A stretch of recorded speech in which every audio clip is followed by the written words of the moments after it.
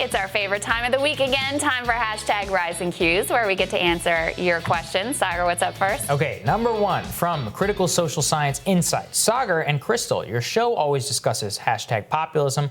What social political theories of populism have informed your views on the subject? Any particular books or author the world needs to know? So what do you say, Krystal? Very good question. This is a fun one. So it's funny because we were actually talking offline about how there's not that much that you can really point people to. Which is easy to read. Exactly, which is just like really accessible of sort of like, here's a worldview. But some of the things that have really informed me, Thomas Piketty, the economist, like his work in terms of inequality and the implications and the policy implications, has been very influential for me. There's a book called What Unions No Longer Do, written by a guy named Jake Rosenfeld, which also, I read that, years ago, and that has really informed my view of how central sort of labor and working class movements are, and worker power is to explain, the loss of that explains so much of what is going on in our country right now. And I also have to say, always Thomas Frank, Listen Liberal, What's the Matter with Kansas, all of his work has really informed my view of the Democratic Party and how it moved away from its populist roots. Yeah, I mean, on the right, the one formative experience for I think many people my age is Reihan Salam and Ross Douthat's book called Grand New Party. It was actually published in 2009, and it was all about how the Republican Party should strive to become the party of like Sam's Club and the working class. Yeah. They called it back then, and actually I hate to say this, but David Frum wrote a book, even now he's like, deranged MSNBC person. He wrote a book called Comeback Conservatism in 2007, outlining exactly the same, basically the Trump agenda of being skeptical of neoliberal free trade and immigration policy. The thing that is weird about Frum is his politics are actually very, very similar to yours. I've asked him that on the show. I interviewed him a long time ago. People can go find it. I think we ran it over Christmas. Yeah. And I was just like, how do you stand against this? I was like, you invented it in many ways. It's kind of amazing.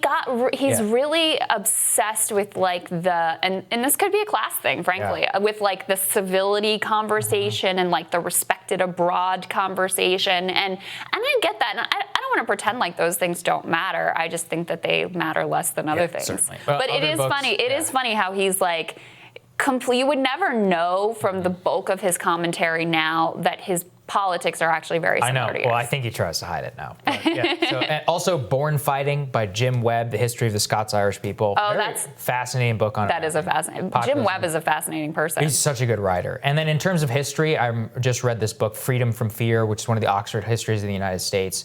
Details like exactly the New Deal and kind of how it happened. And it's really interesting as well. It kind of describes how FDR had to co-opt some of the left and right-wing populist movements in the Democratic Party at the time. And then the rise of Theodore Roosevelt. That's another one, which is really interesting. Again, it's a traitor to his class narrative, rich boy who becomes in contact with the American West and ends up being kind of a populist hero. So Harvey J.K., who we have on the show too, professor who's done a lot of writing and scholarship on FDR, is also great on topic of FDR as well. All right, a lot of stuff there for you to digest. That's right. What is question number two?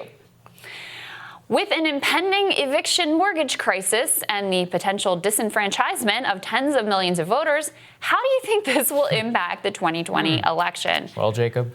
I mean, you had to say, looking at it today, the trend, the way things are heading, first of all, I feel like we're in this weird dystopian in-between space where, for most Americans, the reality of what is happening is plain as day.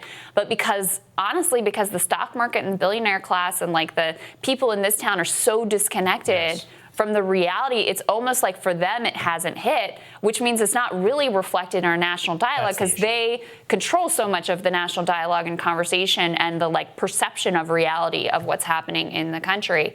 I think that will change by Election Day. I think it's going to become undeniable to every last person in the country what a massive crisis economically we are in the midst of right now. And so I think that's going to have historic consequences in terms of the November election. I think we are very likely, and look, you never know, and things can turn around, and Trump team can get their act together. Trump can decide to govern. All those things can happen. But right now, I think you're looking at a historic level landslide. Yeah, I think as well. And, in terms of how it impacts, it's the same thing. Look, the upper middle class is doing just fine. But, the working class and now increasingly the lower middle class, average Americans are all suffering horrifically. And so not the same amount of level is going to be coming of support is going to be coming from Congress. And I expect it to have a huge impact on the election. Now, how it has an impact on our bigger and grander society is an even bigger question, which we can't answer right now. No, and it could go in any, it's just chaos theory. I think it's going to be It could spin in any number of directions. So one more question, Last question on that happy note.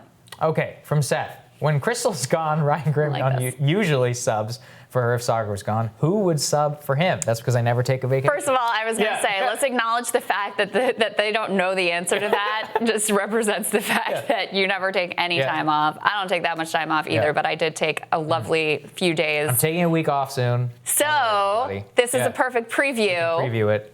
Rachel Bovard and Emily Jashinsky have graciously agreed to sit in Saagar's chair and fill his large shoes the best that they possibly can. No, obviously, two brilliant people and great friends of the show with interesting takes and insights. So it'll be fun. We had the bro show while Krystal was gone, so you're going to have the girl show whenever I'm gone. So there we go. It's kind of funny. for everyone. All right. Thank you so much for watching. We'll have more content for you later today.